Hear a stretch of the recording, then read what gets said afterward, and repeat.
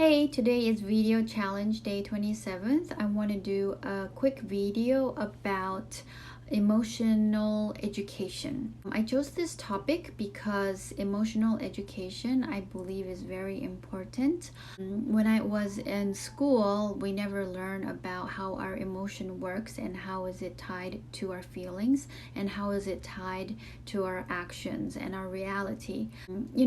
It's very obvious that we are human being. We feel sad, happy, mad, angry, and we feel a lot of things. And if we think about it for a moment, it is affecting our actions. When we get angry, we get mad at people. Some people don't get mad, but they keep it in themselves, and then they feel stressed. And stress actually affects your health condition. It's something very important to actually understand, and I believe that the world is gearing towards that. And today I just want to share why in depth that I feel that this is very important. First of all, through my experience, I experienced depression, and also I experienced a lot of relationship struggles as well. So this is something that I had to dive in with myself, and I had to acquire information by myself to actually understand why I do need to raise my self-awareness, and also why I have to take care of myself, why self-love is important. This sort of information was something that I acquired after I was in my late 20s. I never really paid attention about how I felt, that itself. And when I started to pay attention on how I felt, I realized that there were so many emotion tendency that was tied to my past traumas. And past traumas is when you were a child, you experienced certain things, and that experience kind of lead to your belief. And when you're not aware of that belief controls you. So even I am over 30 years old, but still I have subconscious reaction that I do that lead me to a negative reality.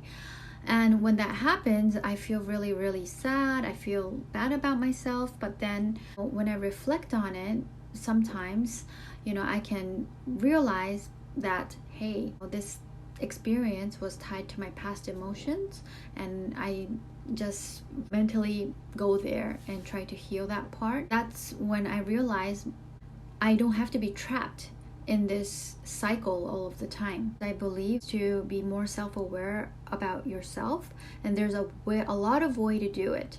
I think this video journaling is one of the way, definitely. Meditation is one of the day. Journaling and writing down your emotions on the paper is another way. And also talking to people about your feelings is another way as well. There are so many ways to raise your self-awareness, and I think people just can pick one of the ways that they feel comfortable and do it. Also hiring a counselor or even having a mentor, or even hiring a life coach is another way. But the key is you have to find someone that aligns with your value. You need to find someone that you feel that you can respect, or you need to find someone who has a background that you can believe in. It's very important that you don't have any doubt to the people that you're talking to. And of course, those people are human beings too. So it's very important to have a realistic expectations as well. And I had a lot of struggle searching for good people that can support my emotional part. And before, I wasn't able to rely on anyone. That's why I went through panic attacks, and I went through mental breakdown that I had to go see a psychiatrist. But at the same time, once I'm self-aware about, hey, I have to take care of my emotions, now I started to rely on a lot of people at the same time, instead of relying on one or two people that I feel like I can trust. That means that right now, I feel like I can trust more people than I used to. When my self-esteem was low, I was only able to trust my little sister or specific people, and maybe I talked to two people, and then in the outside world, I cannot open up with anyone. Or sometimes I open up too much, but still, while I have a doubt towards that person, and that leads to a negative reality as well, because it's kind of like a trust issue. You have trust issue, but you open up and you kind of regret it, right? So that creates a bad cycle. But at the end of the day, I think that when something happens, the responsibility is 50-50. My current business consultant and / life coach also told me the same thing, is that this victimized perception, it will create more pain and suffer. I truly really believe that, because feeling like you're a victim, or feeling like you are only receiving, like you're the recipient. I'm tired, I guess. Having this victim mindset will dig more hole, and it won't do really good for the future. But getting out of this victim mindset is another challenge for most of the people, because some people doesn't even acknowledge it. And sometimes the tricky part is you do have to kind of run away to save yourself.